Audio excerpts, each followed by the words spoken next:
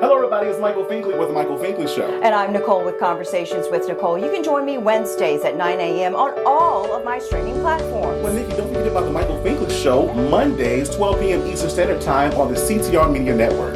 Join us.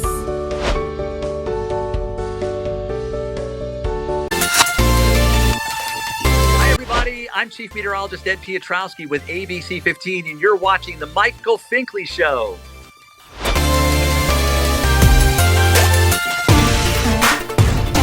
On the next Michael Finkley, media entrepreneur himself, James Johnson II is with us. And a community spotlight series, all new Finkley, Monday. There's a new familiar face this time. Say hello to the new daytime. See it everywhere you go. New and the greatest show. It's no other than the Michael Finkley Show. There is no other. He's like no other. I'm so glad that someone resonates with me. Come see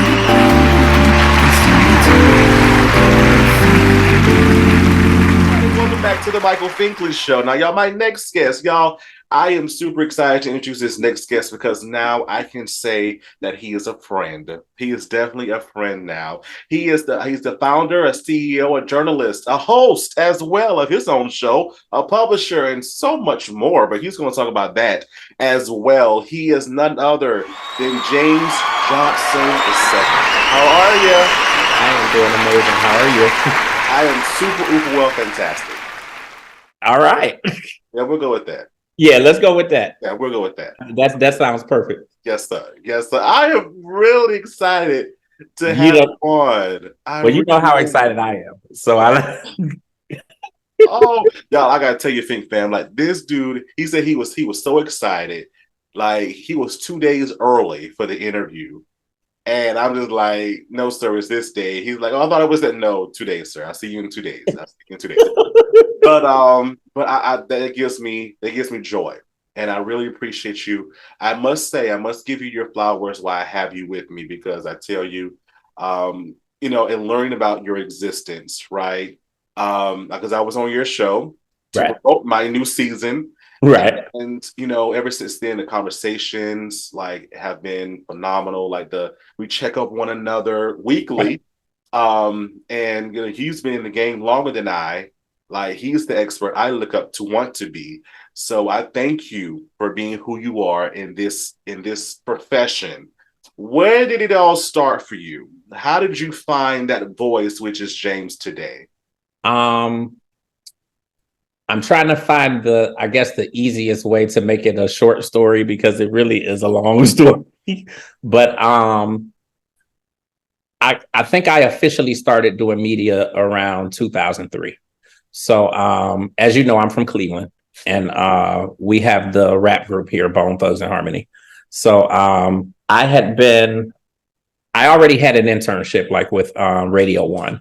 So I was doing an internship with them. I kind of finagled my way in, reached out to Russ Parr, and he responded, and he contacted somebody with the radio station, and that was how I got in.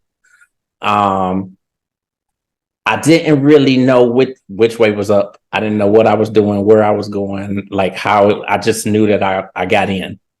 And ironically, I was dismissed from school at the same time. So I kind of went in and, I could get credit and blah, yada, yada, yada, and just worked, hightailed it and worked. And wherever they asked me to be, I was there, and ended up getting hired in. So I was working for them, and we were doing an event for Bone Thugs in Cleveland, and I wanted to do a website for them. So long story short, they kind of, well, not them, but I was trying to get connected with them, and the people that had the connection didn't really want to, I guess it was maybe a conflict of interest or something like that. But I ended up kind of seeking them out and finding them on my own. Had a business plan and all that stuff typed out, so that when I find them, I'm gonna put this in their hand. Mm-hmm. And it took me about 2-3 weeks, figured out where they were, showed up, gave them the business plan. So it actually all worked out. And while that did not materialize into anything, it kind of gave me the push, like, I should really be in media. Like, I really should be in media, because like, if I just found this group, and they're like the hardest people to find together, at one time, and I found them and actually put what I wanted in their hands, I was like, I need to be in media. So that kind of was my push. And I ended up turning that website that they didn't do anything with into my first digital magazine. So that was 2003. Yeah, that was 2003. And as shy as I was, like kind of an introvert, I'm really good at networking and talking to people still. So I kind of, I don't know. I finagled it all into an interview with Kelly Price. So she was my first major interview. Actually,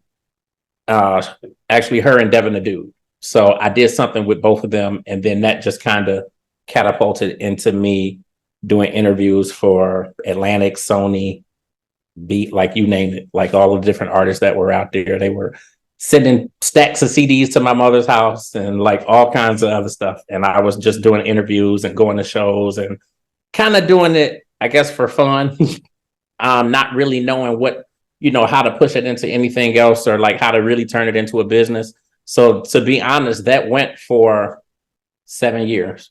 I was doing that and just doing interview after interview after interview and going to shows and doing all that stuff. And I ended up shutting that down to go to grad school. So fast forward 2013, I was bored. I said, okay, I want to get back into media. I've kind of been away for about 3 years now. And I launched UG Digital. So that was Urban Grandstand Digital. It started as a print magazine. And I just was doing interviews. I kind of, what I knew best, reaching out to publicists, reaching out to managers, setting up interviews, doing that sort of thing. And that quickly grew into me working with BET for the Soul Train Awards to set up. And then that grew into me actually going to cover the BET Awards for UG Digital. That was 2014. And then that kind of was like really the start of UGD and, what I really wanted to do with it. And since then, it's just grown in so many different directions. So now I have PR and radio and podcasting and just kind of the full gamut. So it's, it's really centered around me following my dreams and just being happy. Like, that's all I want to do. I left my job almost 2 years ago just to do this. So like, my mother thinks I'm a lunatic. I drive Uber and do DoorDash and Instacart and all of that stuff to make sure I pay the house and all of that stuff. But it's working. Like I'm figuring out a way to make it work. And it gives me the ability to be able to travel and kind of do what I want to do and, go out and cover different stuff in different cities and that sort of thing. So it's, again, it's really just all about me following my passion and doing what I love. And that gives me so much hope because you have over 20 years in the game. And I must say, compared to my little 3 years in doing this, I must say that it's so good to hear the story, right? I've heard the story before, of course, but to hear the story again just kind of resonates with me because we're a lot alike. Yeah, I think that we are. And like just the same way that you feel like you're picking up from me or you're learning from me, I'm really learning from people of today because like I still have a lot of kind of the I guess the telltale like rules of journalism and what you're supposed to do and how you're supposed to, reach out to people and kind of all of that stuff and doing your stories and everything. And I think that people today, like they just do it completely different. And, even when it comes down to like blogging and YouTubing and that sort of stuff, like all of that's fresh to me because when I started, none of that stuff was really around. So like, I still think back to like when I was doing the interviews and I had the little cassette recorder that you have in your class when you're recording your teacher. And I had the little corded microphone and I'm holding it to the phone. And now it's like they got apps where you could record your calls and you could transcribe them. And like I would be sitting doing 2-hour interviews and then taking 4 hours to actually transcribe it because I got to play it and then rewind it back a little bit to catch what I like. It's a lot of, stuff that I did over the years that is just like yesterday now. Like, thank God for time. Yeah. It's I look at different stuff now and I have like all of these interviews and cassettes from like years ago that I kind of want to retranscribe, and I'm like, I guess I could use an app or something now. Like I don't have to go back and do, but it's cool though. I mean, I like a lot of the changes, and I learn something new every day. So, that's the cool thing. And then with what I'm doing, like you mentioned 20 plus years, but I'm like, it seemed like I started yesterday. Like it's not a job. So I don't feel like it's a job. So like I can get up and do it day in and day out. And I mean, usually I'm running all day long and, doing something, and I might be in the car and I'm posting stories or doing this or doing that in between, or like, I love media. So cool. I love that you love it. And it definitely shows. And as you were talking, I'm just like, wow, why didn't you give up? Right? Why didn't you give up in this many moons ago? I guess I don't really have the answer for that. Like, I mean, I think the biggest thing is just the fact that I love it, and I've always wanted to do it. And even though, it's been difficult along the way, like I just can't see myself really doing anything else. And like, even with me, like I was working in a hospital for over 20 years. So like all the time that I've been doing media, I was working at a hospital. My mother works at the same hospital. So it's like I was there and, doing media stuff in between. And I finally started getting to a place where I knew that like, I got to do what's good for me. So like when they gave me an ultimatum, as far as, me doing that stuff or being there, it was pretty easy for me to say, okay, I quit or, this is going to be my last day. Now I went back several times, but now I'm in a place where I'm like, I'm not going back. Like, this is what I really need to be doing. So I do realize that anything that you want to do or anything that you're trying to build, like, unless you can really put the time into it, like, it's not going to grow to really be what you want it to be. So that kind of was also the push behind me walking away from the hospital. Despite the money and all of that kind of stuff, like in the end, it can't just be about money. And maybe that's where I differ from a lot of people. Like most people are chasing the dollar in the sense where they're going to do X, Y, Z because they know that that's where the money is or whatever. And I mean, I think in a sense I do that a lot, but on the same token, I'm like, it can't just be all about the money. Like I got to be able to do, what I want to do and be happy, because if you're not happy, then what's the point? That's the word too. Like people jumping off bridges every day because they miserable. Mm-hmm. So it's just like I would rather be happy and doing, and just have to kind of hustle on the side and figure some stuff out or whatever, but at least be able to do what I want to do. So I don't know. That's not necessarily the conventional thing for most people, but it works for me. And at the end of the day, you got to do what works for you. Exactly. Yeah. There's no one way to do something, right? Look, 2 + 2 is 4. 5 - 1 is 4, right? So there are just different ways to get to that definition that we call success. Absolutely. Right. So you mentioned some people that you've interviewed in the past, but so who are some of those memorable persons?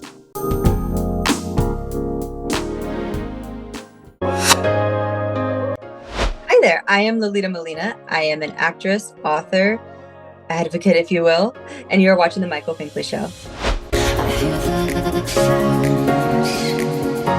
On the next Michael Finkley, award-winning filmmaker, artist, activist, Fink Fam, Loki Mahala is back with us, and Community Spotlight Series, all new Finkley, Monday. Hello everybody, it's Finkley from the Finkley Experience. We're an educational consulting firm that specializes in first-generation education. So we assist students with their college and career endeavors.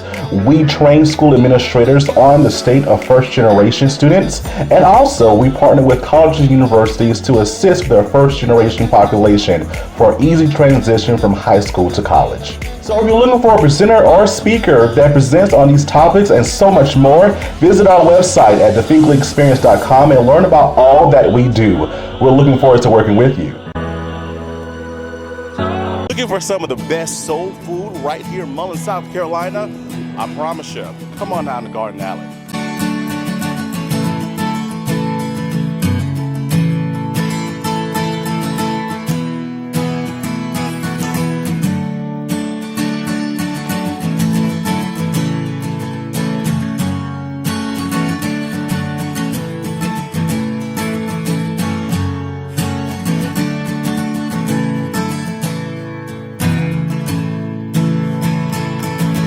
Our grape salad's fabulous, our water gate, our potato salad, our chicken is fresh, macaroni and cheese is salted to perfection. I haven't found anything that's not great. Best ever. Banana pudding, cakes, pies. Yeah. Selection is huge. Garden Alley is an awesome place to eat. I really love it. Come by and see the amazing staff at Garden Alley, downtown Mullins.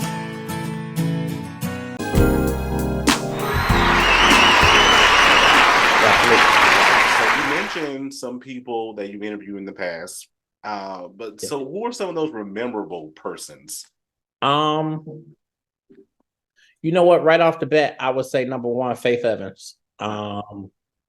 She has always been one of my favorite artists, and like with me, kind of, doing like the self-help thing, and just kind of working through past issues and stuff, and looking at points and times like where I was depressed and stuff like that. I can remember like a time when I worked at Cedar Point. So that's like the big amusement park here in Ohio or in Cleveland. Well, it's not in Cleveland, but it's in Ohio, like around the in Sandusky. But I worked there, and I can remember like being sad and depressed like at that time, and like listening to that album like every day, day in and day out, like her first album. So she just has always been one of my favorite artists. So like when the 20th anniversary came, like I reached out to her, or I reached out to her team, like I want to do like a full issue, like centered around her album and all of that stuff. And like, not only did they agree, but she was like, I really want to be involved with it. And like, I had her and I had 112, like, cause the idea was to like pull everybody that had anything to do with the album and like do interviews and like talk to them and, about the album and the process and all of that stuff. So I got like a big bulk of people from the album, including her. And like, she did an article, and 112, or some of the guys from 112 did something, and some of the producers, and a lot of those relationships I still have today. And that was 2015 because the album came out in 1995. So that was 2015. So I would say her. Angela Robinson from The Haves and the Have-Nots. She did the cover of my first issue. Like, she didn't know me from a hole in the wall, and she was like, yeah, I'll do it. So she did that, and that turned out to be something really amazing. And then I ended up meeting her at Essence Fest, because I usually go out and cover Essence Fest. So like, that was really, really cool. I love the way you said in this relationships, how important is it to maintain relationships in this industry? Because people look at it, it's like, oh, you're interviewing this person, that person, and they're doing this, that, and the other. And you even said too, hey, I have a lot of these relationships I still have, right? Yeah. I'm still close with them. But how important is it? It's super important, because I mean, the reality is, like, a lot of managers and publicists, and like, they change like toilet paper. So, 6 months later, it's not the same people. Yeah. And that's just kind of how it goes. So like, when I walked away in 2013 to do grad school, and the whole thing with that was just like, I had too much going on. Like, I was working full time, I was going to grad school full time, and like, I got a son, and I was still married, and it just was a lot of stuff going on. So I was like, I can't really I can't do it all and something's got to go. So I need to just stop doing this for a while. So like in that time, like Lil Mo, she was the last person that I interviewed before I stopped doing any media and any press and all that stuff. And then like coming back, it was a little difficult in the sense that a lot of the managers and like a lot of them were gone. Like they weren't in the same place. They weren't working with the same artists. And it was like, they don't know who I am. So now I can't really get interviews. But because I'm like, I kept, I guess, a Rolodex in a sense of like people in the industry, like I was able to reach out to certain people who were still there, or even if they weren't in the same place, they're still in the industry and they're still doing stuff. And I was able to reach out to them. So like a lot of those relationships that I had mattered, because if I didn't have those people to reach out to, then who knows, how much further I would have gotten when I started back, because now it's not really the same anymore. Like, being in media and trying to reach out to people, like everybody has social media, and probably 90% of the people on their social media, the email addresses and the contact information is incorrect. So it's like you kind of got to have like insiders that can tell you, like even with like October London, like you reach out and the information is not correct. But then I know somebody who knows somebody who knows somebody who knows, and then, I'm able to reach out. So, there's different examples and whatnot, but the relationships are extremely important, because if you don't have those people to reach out to, or if you had bad dealings with them, so you connected with them and they put you in touch with the artist, and then you started asking crazy questions, or you started asking stuff that they didn't want you to talk about, or just you was just salacious to, at the end of the day, you just was, crazy with it. Like they hold on to that and they spread it around. So if you mess up with one, you probably messed up with 20. So that stuff goes around. So I've always made it a point to keep strong relationships in the industry and, really do right by the artist. And then I have people in my family who are artists and celebrities and stuff too. So, I kind of think of them and that sort of thing. So I gotta ask. I already know. I already know what the Pink Fam needs to know. Who are you related to? So I usually don't say a whole lot about it, because the reality is we found out like through, ancestry and genealogy and all of that stuff. I mean, it was pretty, like in the very beginning, it was pretty clear just because of last names and that sort of thing. And I mean, we pretty much knew in the very beginning, like it has to be. So the thing now is to really find the connection and see where it is. And we found it, but nobody ever really reached out. So actually they ended up reaching out to us, like in terms of a family reunion and that sort of thing. So that was when we actually came in contact. And some of them, because of different last names, we never knew until, so it's Fantasia and then Casey and JoJo. So Barino actually was my mother's last name. So like when she went on Idol, like it was pretty much, she's got to be. Yeah.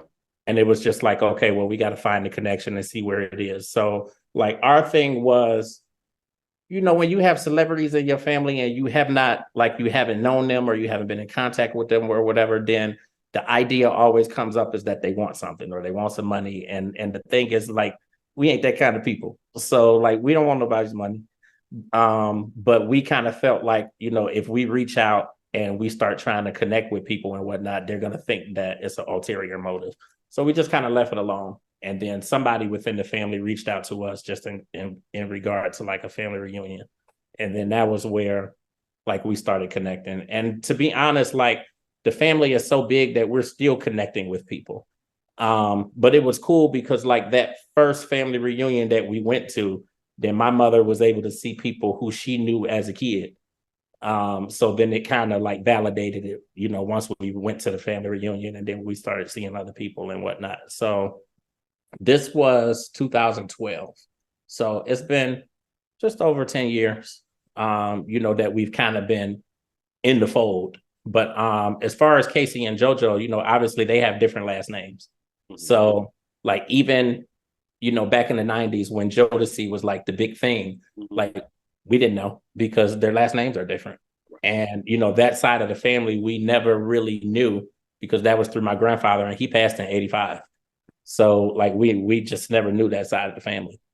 And I mean, that happens in a lot of families where, it's big and you just don't know a lot of people in the family and whatnot. So that's been, so it's been pretty cool. Like, we've been building the relationships and that sort of thing. But I keep a lot of that in mind too. Like, obviously when I'm dealing like with industry stuff and all of that stuff, just because. Yeah, I love that. And I think I asked you this question privately, and you told me no, it's not going to happen because again, we have that urge and determinations. Like I want to do this myself. Right. I want to do this myself, and it leads me to your show that I was on. You have an amazing platform. The Transcending the Culture, yeah. Yes, sir. Yes, sir. Please tell the Think Fam about it. So you know what, Transcending the Culture, I've always been centered around, or like with my platforms, I've always been more about kind of pushing like the positivity in the culture. And like I really don't do anything with like the craziness and like all the stuff that's happening in the clubs and who with who and who doing this and who fighting and who throwing their panties on the stage and all that. I just don't care. And I understand that that's what most of society cares about. I just don't care. So like I do more stuff that's like positive driven. So that's kind of where Transcending the Culture falls in that. So like the idea behind it, like, while we do touch on different stuff that's happening in the industry and, just different stuff going on, the Will and Jada stuff and, all the different stuff that's happening out there. We do touch on that stuff just in conversation, but then like the big premise of the show is for us to bring people on who we feel, are doing positive things in the community. So like even last night, our first guest, she actually had to reschedule, but she was the president of the NAACP in Akron, Ohio. And then the second person is running for school board in Akron, Ohio. So like both of them are doing positive things in the community that our kids could look at and be able to see like, I could do this or I could be a part of that. Like, it's not just about music and entertainment and sports and all of that stuff. Like it's the people who really doing something that don't really get to shine or they don't really get the publicity. And that's really the idea behind it. So we have a lot of cool guests on there. We had you on there, which I thought was really cool because I don't know, like somehow or another you had my email because I was getting the emails about your show. No. And like I was getting the emails about your show and I kept looking at like clips and then I kept looking at episodes and I'm like, I keep saying I'm gonna reach out to him and I haven't reached out to him yet. So then I was a little reluctant because I was like, you work like somebody who's been doing it for 20 plus years. So when I looked at it, I was like, he might look at my platform and he might say that, oh, their numbers aren't there or I'm not gonna go. So like when you agreed, I was like, but yeah, so that's what we're doing. So, we have a lot of cool people on there. And again, we do like the trending topics. So we talk about different stuff happening out there. And love that. What's James's next biggest dream?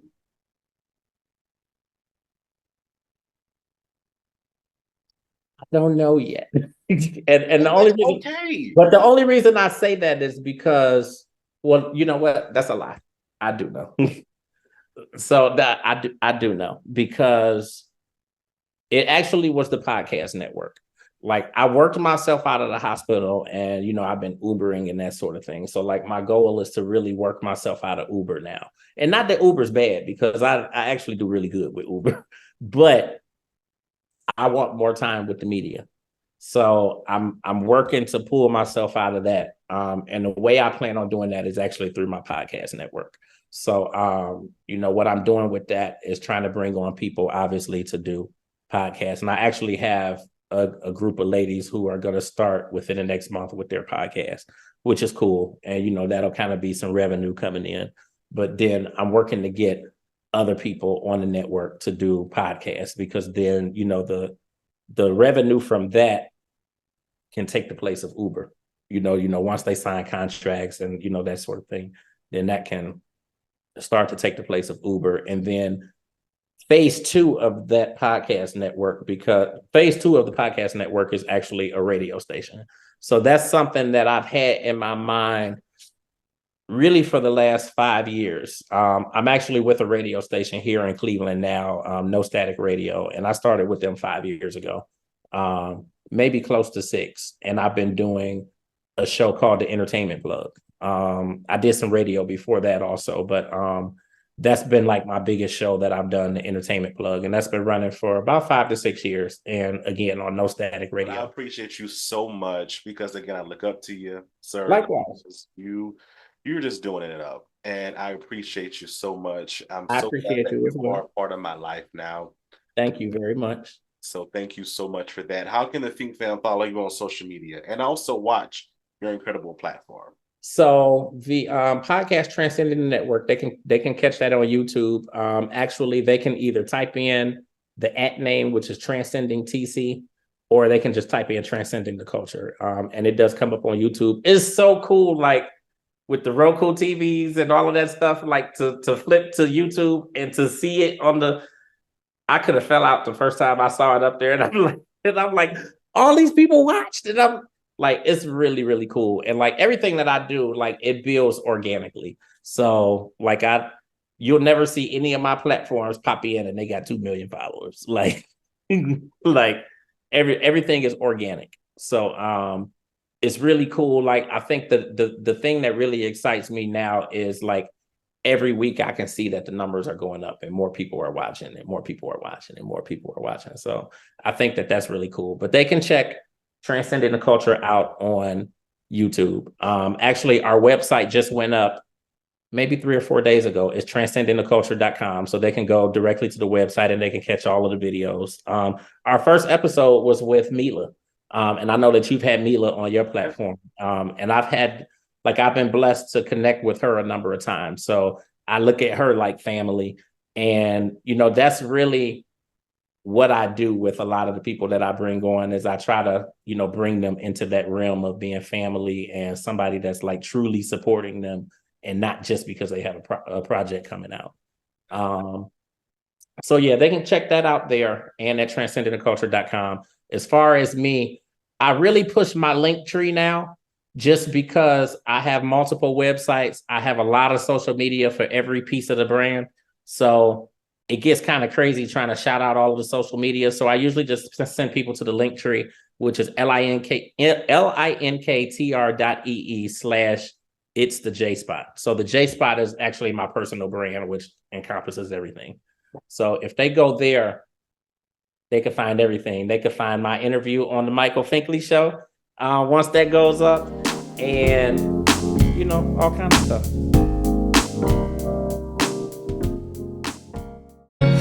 It's alright. Hey family, it's gospel artist Marcus Jordan, and you're watching The Michael Finkley Show.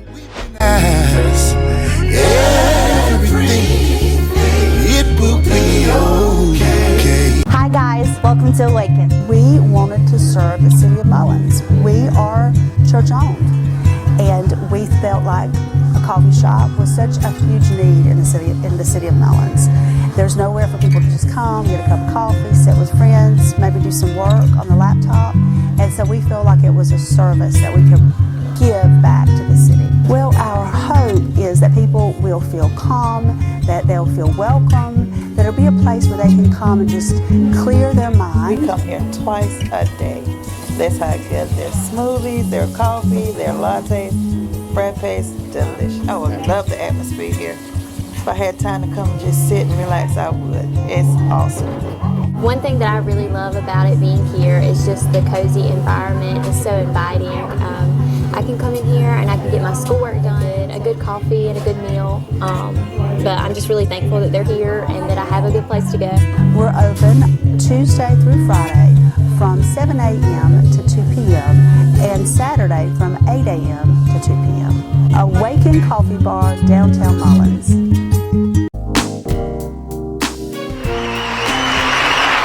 Hello, Think Fam. My name is Miko, and I'm so excited to take you on a tour of P42 Foundation. Come on in. People's House, we like to call it. And so I'm gonna go ahead and introduce you to, this is our staff, where the P42 staff works. That's kind of like in the front half of our building. You can see Virginia. Virginia is with the Food Policy Council, and coordinator for Juneteenth Mullins. And we have our farm ambassador sitting in the back, Miss Davon. And if you look around, we have various artwork that's all throughout the building. Our artwork was painted by high school students at Mullins High with assistance from their instructor. And we have all of this artwork. The big pieces are on loan from Mullins High School. And up above where you see the African drums, those are also on loan. So, you know, people bring artwork to us to display. And so the one thing we wanted to do is we wanted to have a space where whenever we invited the community, it was welcoming, right? We want you to get information. So let's come over here and look at our information desk. At any point, when folks come in to see us, we always ask them if they're registered to vote. There's a bus in Marion County now. So we have the bus schedule that's up here. So if you need to try to figure out how, and it's free. And we're working with PDRTA to get P42 Foundation as a bus stop. So hopefully that happens. And then Think Fam, I'm gonna give a bunch of these. These are Juneteenth Mullins, June 17th coming up, flyers to Michael Finkley here. Let's come on back. So the next thing we're gonna take a look at is we have a studio. So our studio over here, whenever you see us online or live, this is where we do it from, our little makeshift studio here. Let's go ahead and take a look. This is the P42 Foundation studio, right? You know, and we do, a matter of fact, just yesterday, Mr. Bill and Terry, they did a demonstration on food that we harvested from the garden. So this is our studio. This is our conference room table. And then this is our wall of heroes. So on our wall of heroes, we are so excited. Pardon me, we were vacuuming. So these are all of the wonderful organizations that donate $250 or more to us. And so they're on our wall of heroes. Also, we have our 2003 patrons, our 2023 patrons. They all donate a minimum of $10 or more a month to help us to keep the lights on. We always have our swag wall going on. So with the swag, if it's P42 Foundation swag, that is, our t-shirts cost $20. If it's Black Voters Matter swag, there you go. Black Voters Matter swag is free as long as you send a text message to Black Voters Matter, and we'll help you do that. But now we have some t-shirts available. Sometimes we have t-shirts, sweatshirts, hoodies, all kinds of fun stuff. But yeah, so this is our swag wall. And then over here, this is our internet cafe. So let's say if you need to pay a bill, or a child needs to come and do some homework, or you need to use the internet we have here for free at any point, you could come, we get you signed in, and you get set up at our internet cafe, and you can use the internet for free. And then come on back. So we celebrated Kwanzaa together this year. And one of the things that we did for those that attended was we asked them to put on this banner how they would represent the concepts of Kwanzaa throughout the year, and to come back into our office to kind of remind. So right here, these two bikes, we have a garden that is located on the block in Mullins, and we will be auctioning these bikes off for free. These bikes were donated from Walmart Mullins, and they're going to be auctioned. And for folks that are, you know, that hang out at the block, right? We're taking a little bit of their space, so we just want to show that we're sharing the space with them. So I'm going to give you a sneak peek into our food hub, right? So we got our commercial freezer in the back, and then this is where, when the food comes in, we would have it. Now this right now is a little bit in between because we don't have anything scheduled yet. You are all welcome. Anytime, whether you're local to this community or not, whenever you happen to be in Marion County, come give us a visit. Come to 158 South Main Street in Mullins and just pop in. Between 9 and 5, there's somebody always here.